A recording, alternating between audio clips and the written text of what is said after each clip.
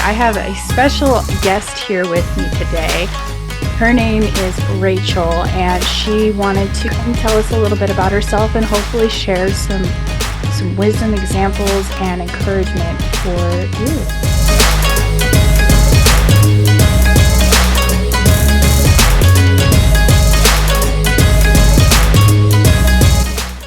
Hi, Rachel. How are you today? Hey. Hi. Good. It's storming out. Hey, but you're safe and sound, right? Yeah, with my cat. Tell us a little bit about yourself, a little bit about your origin story and where you're from. I was born 3 months early at North Kansas City Hospital during a blizzard, February 2nd, 1980. I only weighed 2.5 pounds, which is really crazy. My parents weren't able to bring me home until I was 4.5 pounds. That tells me right there that God has great plans for my life. He doesn't make mistakes, only blessings. Hey, you came into this world already overcoming adversity. That's what it sounds like to me. Yeah. A blizzard early and fighting against all odds. It's amazing. I know, it's crazy. Wow. And I have 4 brothers, 1 sister. I'm the oldest. What is it like being the oldest? It's great. It's different for everybody. All right, so go ahead. You have anything else you want to share? Just to give us a little background on you. Grew up in a Christian home. It wasn't always perfect because no family's perfect. Nope. We had our share of problems and struggles. Mm-hmm. Yeah, I'm grateful. God blessed me with a good family, though. That is awesome. That's always good because that's not always the case for people, right? And to be able to have that, it's really awesome. Met my husband on eHarmony back in 2007. So it's been quite a few years now. So didn't you just you just celebrated another anniversary recently, didn't you? Yeah. We live in Pensacola, Florida, which is the best place I've ever lived in. So beautiful. So if you've ever had a chance to visit, for those of you listening, it is gorgeous. It is worth a visit. Just pick your time someone to go so that you can really have a chance to enjoy it there. I really want to go back. It's great. So tell us a little bit about some of your hobbies and your pastimes, things that you're interested in doing. My favorite pastime was back when I was in college in 2001. It was my birthday. I went to college at Bible Baptist College in Springfield, Missouri. It was my birthday, and my friends took me to Lambert's, which is they call it the throwing rolls. They throw rolls at you. Really? Dinner rolls. And people try to catch them. It was crazy. Anyways, you get free dinner over there if it's your birthday. And so when my friends started singing happy birthday to me, a bunch of Marines were there and they sang happy birthday too. Aw. Oh my goodness. It's really special. I just have this vision in my head of, you got a basket of rolls. Tossing it and throwing it, and then someone catching it and taking a big bite out of it. Hitting the head with them. Oh my gosh. It's really crazy. Oh, the visuals I've got in my head of that. I've never heard of such a thing. That's awesome. What are some of the hardest challenges you've had to overcome in your life? Man. That's a deep question, isn't it? Of course, depression is something I struggled with my whole life and still do, but not as bad right now. And not being able to have kids, that's hard. Yeah. I remember we've talked about that a few times, and I feel very fortunate that I was able to have kids, but I know there's a few people that, like my sister's one of those. She was never able to have kids. And yeah, it's really hard. Mm-hmm. It is. It's definitely something we talk about deeply with her too, because that's a hard situation, because it's hard to have something and desire something so deeply and it to be denied to you, and for whatever reason, whatever way. But we don't always know the reasons why we don't get to have certain things that we desire in our lives until we start to see the outcome of it, right? But right. I think that I will honestly say that from as long as I've known you, I know that God has a purpose for you in your life, regardless of where you were hoping that your life would go. And that's something I've lived enough craziness in my life to know now that, oh my goodness, I think you're gonna agree. We make plans for our lives, and it hardly ever goes the way that we hope and plan for. Yeah. So on that note, you mentioned depression, and that was something that you've definitely had to struggle with. What does mental health mean to you? It can be, well, it is. It can be a very dark place, a scary place, and dangerous. And I know for me, like, a couple times I've thought about taking my own life and came close to it, but every time that happened, God came to stop me, and He always meets me in my desperate moments like that. I like to call it sending a dove now. I get that from the Chosen series. Oh, yeah? Yeah, when Mary's That's a on great that. scene. Yeah, when she's on that mountain considering it, and then He sent a dove. I love the way that she said it. God sent a dove. Because it's a sign of peace, you know, and I also think of it as it's a sign of promise. Because when you have peace, there's promise involved in that. I know deeply what you're talking about, because I've also had my fair share of that same trial and experience in my life, and it just tells me a little bit about your character and a fighter that you are, a survivor, somebody who is willing to trust God enough to continue. Because let's face it, that's not easy, right?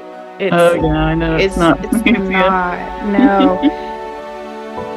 You know, moving through that kind of stuff in your life, and then just in general, like, what kind of what motivates you in the morning? Like, what would you say, like, you're driven about? Maybe a passion or something that you just gets you to keep going? Because that's, I think, what a lot of our listeners who struggle with those areas, that's probably the biggest question I know that I had to ask myself, like, what's going to motivate me to keep going? And that is a real thing. Yeah, for me, it's God motivates me, and I always look forward to seeing what He has for me each day, and seeing a new sunrise, new adventures. What can I encourage today? My passion, desires to help those who struggle with mental health and point them to the true hope that is in Jesus. I love encouraging people when I get a chance. That's awesome. But that's one of the things I think that draws us close to as friends, is that we both we have that passion, that desire to help other people through whatever it is they're struggling through, and encourage each other. Yeah, the past 4 years, God has really been helping me heal mentally and spiritually. Without Him, I wouldn't be talking to you right now. I hear you so loud and clear on that. It's amazing what you can get through when God is backing you up, when He's pulling you through that. Or, you know, as that old long-standing poem discusses with the footprints of the sands, He's the one carrying you. It's not just it's never that you're alone, it's that He's carrying you through. And quite literally, that's what it feels like sometimes, is that you're not doing it. Because if we survived off of our own energy alone, we would be depleted. Because I think a lot of times we give our energy elsewhere. We give our energy outward, or we get stuck in an eddy of darkness within our energy. This is reality. We get tired, we get excited, and all that. It is energy. I would say this one's not, this is not a question that I had originally planned on asking, but I do feel it's a great question to ask. Do you feel like your struggles with the different adversities, not being able to have children, with depression and things like that, have given you a stronger passion and desire to reach out to people who might be hurting and need encouragement? Oh yeah. That's what I like to write. My blog is all about that kind of stuff. And I love that, because I used to write more when I was younger, but I am more verbal than I am written. But I love that you write your stuff, and that you put your photography with it, your videography and photography with it that you do. So fun fact, if you didn't know, Rachel does put up a lot of encouraging words of wisdom, encouragement, Bible verses to videos and photos that she takes while she's out on the beach, which I love, is it a pelican, right? Yeah, It's there's a I love blue your pelican heron. ones. I'm like, I think that it's amazing that you can get those shots. Well, because life, wildlife, being as an experienced photographer, you have to know how to be able to get those shots of animals. And You do you've a got good great job shots. too. Oh, well, thank you. Right, but that's what I love is that we have different styles, but yet we can still bounce off of each other in that way. And honestly, what I wish more people would do in this life is that we would focus on appreciating our differences within our commonalities and lift each other up, because there's so much to learn and grow through that. Speaking of learning and growing, who would you say has made the most influence in your life? Oh man, and she has no idea, but well, she might. But my good friend Brittany, and God brought her into my life 3 years ago. It was crazy and cool how God brought us together online. She's always encouraging me, prays for me, supports me. She brings the best in me and encourages me in my faith. She's honest and doesn't judge, and she takes time over busy schedule, no matter how busy she is, for others, and she does good. She doesn't even know that she's encouraged or influenced your life. That's a beautiful example. You're not always going to see the influence of or the impact of what it is you do for someone else's heart, for their life, for their influence. And I think this is one of the biggest reasons why, in the Bible, Jesus was so adamant about to be a walking, living example. Why it teaches to have such strong integrity, willingness to go through adversity, holding on to strong faith. And I wish that more people would know how their influence happens. A lot of times we can easily get discouraged through our walk of life thinking, gosh, what does my influence really matter? Likewise, that'll lead down to depression and a whole bunch of other dark thoughts. The reality is you may never realize how what you perceive as such a little impact or such a little thing can be such a massive thing in somebody's life. Okay, and it's humbling for me though too, because I'm just like, who am I? I still suffer from that. Like, who am I? I'm just this person. It's why it's so important to keep going and to keep doing the good things that we do, that we're called to do in our lives. Like you mentioned, she doesn't even know that she's your biggest influencer, and that's amazing. One thing I wanted to say is, like a lot of people, I struggled before I got married. There was moments where I thought I deserved be in pain, and so I abused myself. But the past 4 years, it's like a big turnaround. I go to God for comfort and what I need instead of other stuff. I was into pornography and stuff, and I was starting to get into drinking. So I was looking for love in different places. Well, and that's something I think a lot of people unfortunately struggle with. When we look for vices and crutches in our lives, they easily become addictions, and most oftentimes do without even people realizing it. I actually heard somebody say that she believed a huge portion of addiction comes from disconnectedness. And so when you mention searching for love, that hits home. I'm so glad that I've worked through that. I'm so glad that you've worked through yours, because can we agree how freeing it is to not be sucked into those traps anymore? It feels great. Do you have any other thoughts about mental health, depression, or that you think the majority of people might actually get wrong? Oh, yeah. It's a big question, isn't it? And it's a hard one, because some people might be like, ooh, we got opinions, right? Yeah. It seems like there's a lot of people out there who's never experienced it. They don't understand, so they think it's something you can just get over, but it's not something you just can get over. It's something that you have to work through and takes time. And I know that a lot of the mainstream talks about depression being a very chemical imbalanced a lot of times, but in my experience, it never was. It was never chemical imbalanced. It was, I would say, almost a type of longing and disappointment. I love that you mentioned it's not just something that you can get over. You can overcome it, but something that we've talked about many times is that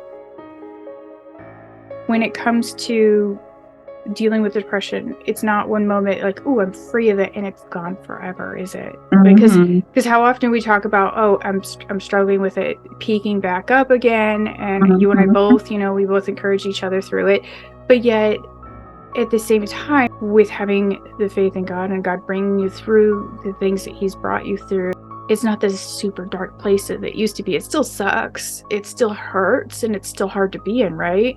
But rather, that it's not going to be like that forever. And so it helps you through it in a better way. And I know that we've talked about different coping mechanisms that you have. And I know that your encouragement, being able to help people is another one of those things. We mentioned that there are, we know that there are good habits and bad habits when dealing with mental health. What would be some of the good habits or habits that you have learned to take care of your mental health? A food journal is good. It's like, because food can affect your mental health and what you drink, because your body is supposed to be pure, holy temple. If you're a believer, that is. Right. Well, and for those that aren't, a good way to transition that is you've got an option at your fuel pump for basic, unleaded, mid-grade, and then premium. You can survive, your car can function efficiently off of the basic unleaded. It will always function better and higher performance and more longevity out of your engine by using the premium. And essentially that's the same way our food is. We can survive off of certain foods and it's not going to kill you, it's not going to hurt you. I mean, some can, don't get me wrong there. But if you put higher quality nutrients in your body, that'll be like your premium. It'll always make everything function better. Oh, yeah. So I totally get that. And Core's counselor told me that caffeine, sugar, and alcohol can all make your depression worse. You can have some of a little bit of sugar and caffeine. You shouldn't have too much of it because it won't be too good. Right. So moderation. It's the same thing with vitamins. If you take too much vitamins, even though your body needs that, if you have too much of it, it ends up becoming a bad thing for you. I think that's why I love to think about in moderation. And I think that's a really important part about self-control too, because it's not about getting all of or the most of this good thing because it's a good thing, but rather recognizing how much of it is good. Too much of it will overload your system and cause it not to function. Right. Yeah, so that's good. I will say that the only exception of that is I don't think you can have too much faith. Yeah, that's true. So, you know what I mean, right? Or for those that don't have a particular faith, I will always be open about our beliefs here, but at the same time, we'll never shove them down other people's, force other people to believe that way. And likewise, you can never have too much hope. Simplistically, if you don't have hope, it's not successful. If you have hope, you're always going to typically hope will cause you to fight for something. It's the same way with faith. If you have faith, it'll continue to encourage you to fight for something. Right. So it's a little different there. You can never have too much of those things, in my opinion. When it comes to how we take care of our body, the things that we need in this life.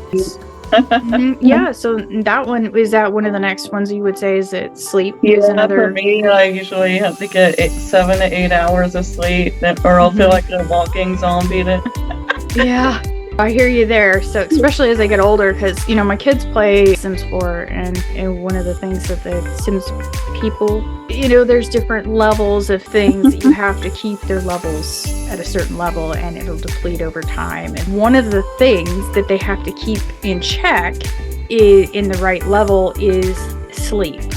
So their energy level. Oh yeah. And as that depletes, if it gets into the red and it's like this, you will actually start to see your sim faint, and it will faint, and to the point that sim can actually die from not enough sleep and exhaustion.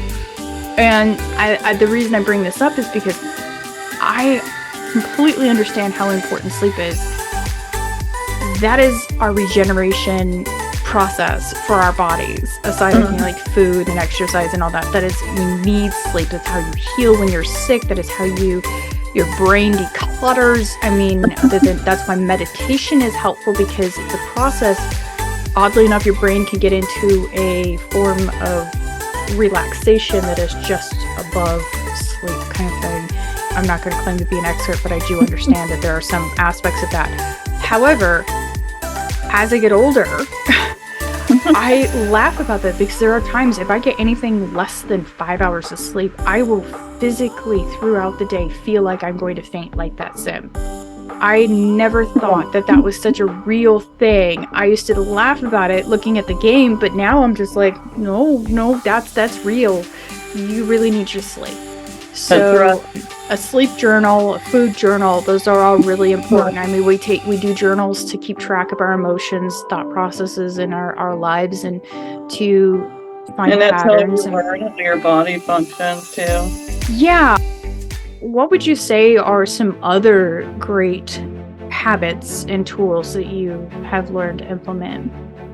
I learned that relationships, like who you surround yourself or hang out with. For me, I want to be around positive people who will be there for me and support me. And it's important. I mean, I think that I was always told to me, show me your friends and I'll show you your future.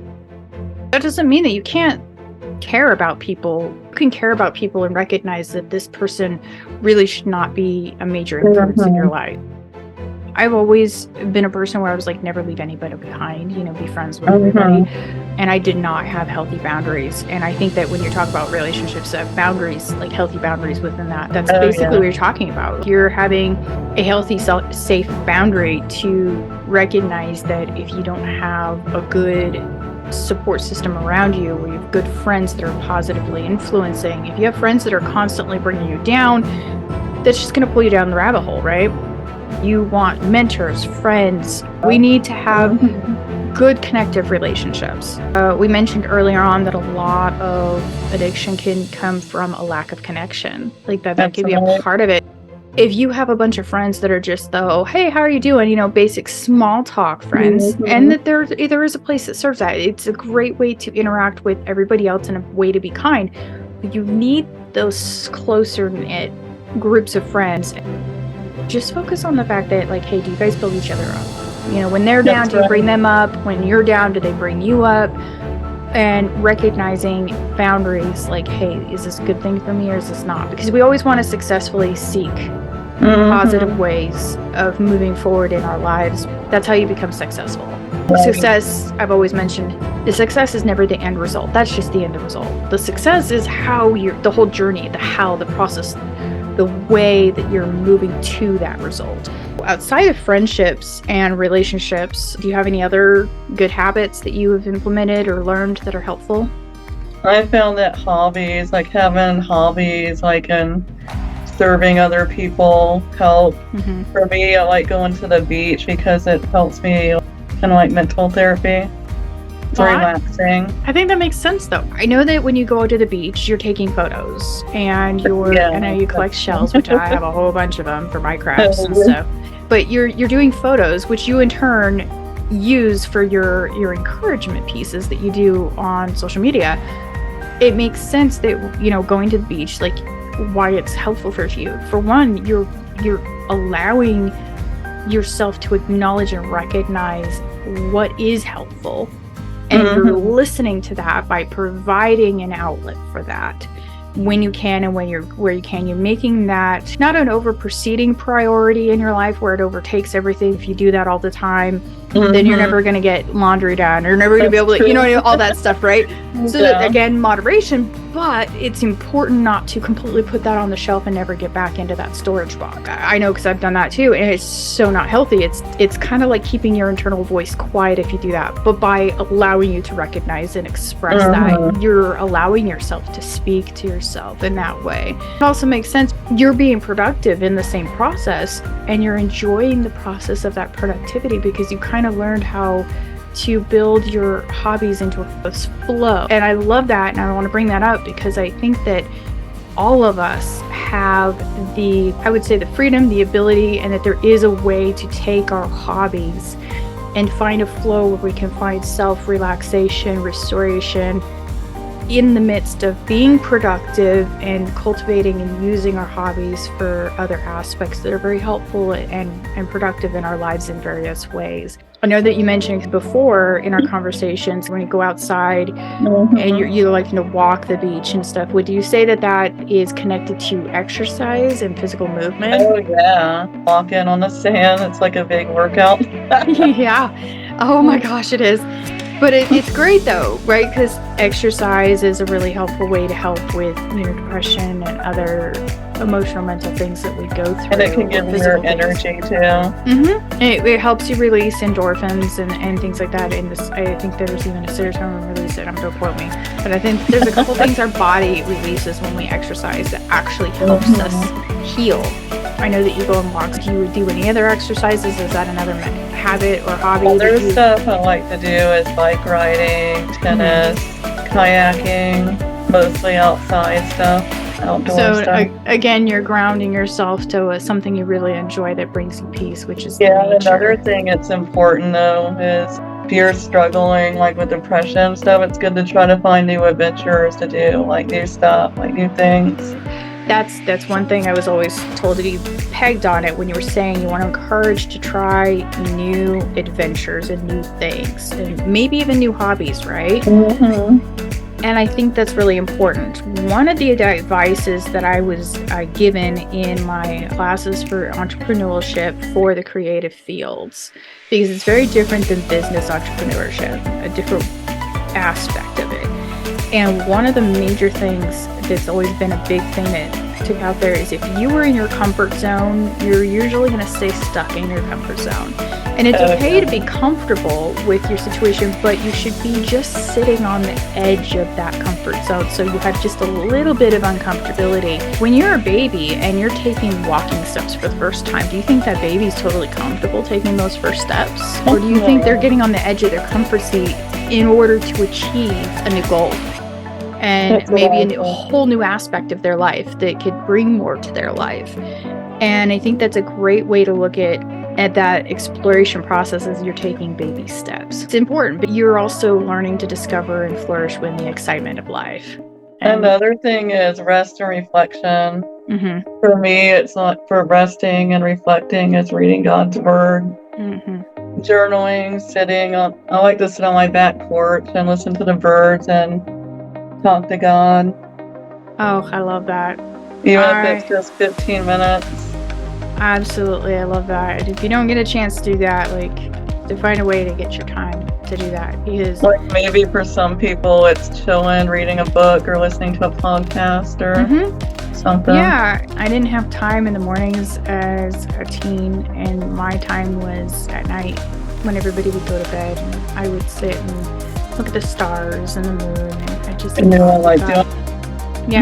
So so that can look differently for other people, but the point is to self-reflect and relaxation so that you are giving that space for you to learn, discover who you are as a person whose life is really fast-paced, especially in this culture. I think that's absolutely important to figure out and discover who you are, because that will save you a lot of heartache of trial and error. And Change What I'm Doing, it changes your perspective on things. You have some helpful resources that you wanted to share with everybody, whether it's podcasts, books, people, apps, or anything like that. One book that's impacting that would help people out is called Out of the Cave by Chris Hodges. And another one is Winning the War in Your Mind by Craig Kirschell. Good podcast to listen to. It's Greg Laurie's podcast. And if you want encouragement, listen to K-Love Radio. That's a really good Or They have really good which I stuff think that there. you can find them online, because I know that's Oh, usually yeah. a local I have radio, but you can find them too. online. I know that you mentioned, because I before, it was a huge help for me, and whether you're a Christian or not, it can be a great, source of entertainment, as well as provide some encouraging hope and interesting perspectives that you may not be aware of, and that's the show The Chosen. Oh, yeah. That's something you and I have been following, and I really love the artistic perspective, make it more real and grounded. Honestly, I think they do a great job at normalizing the human condition in the process of telling the story. On that note, you have Instagram, which you do the encouragement pieces. You also have a blog for our listeners. How would they reach you on that? For Instagram, it's Rachel's Photos and Devos. My blog is coffeetimewithrachel.blogspot.com. Okay, so that is fantastic. Again, we'll put that in the description. With that, are there any final thoughts that you would like to leave any of our listeners with today? Well, I'd like to say, if you're struggling with mental health, there's hope for you. Don't give up, and don't be afraid to reach out to someone you trust. If you want to know more about how you can find that hope, is go to harvest.org, and Kerri will post it for you all. I will. And of course, just because I want to be thorough, we did talk about suicide and depression. If you're ever feeling that you are in a situation where you are needing help, definitely reach out to the suicide hotline. We mentioned counseling in this segment today, and while you're going through that, definitely seek help, because there is a way, there is hope, there is space for you. It was really wonderful having you on the show, Rachel, and thank you again. I look forward to do this again. Oh, we will. Thank you so much for listening in. This is Life Inspired. Again, I am Kerri Marie. Have a great week.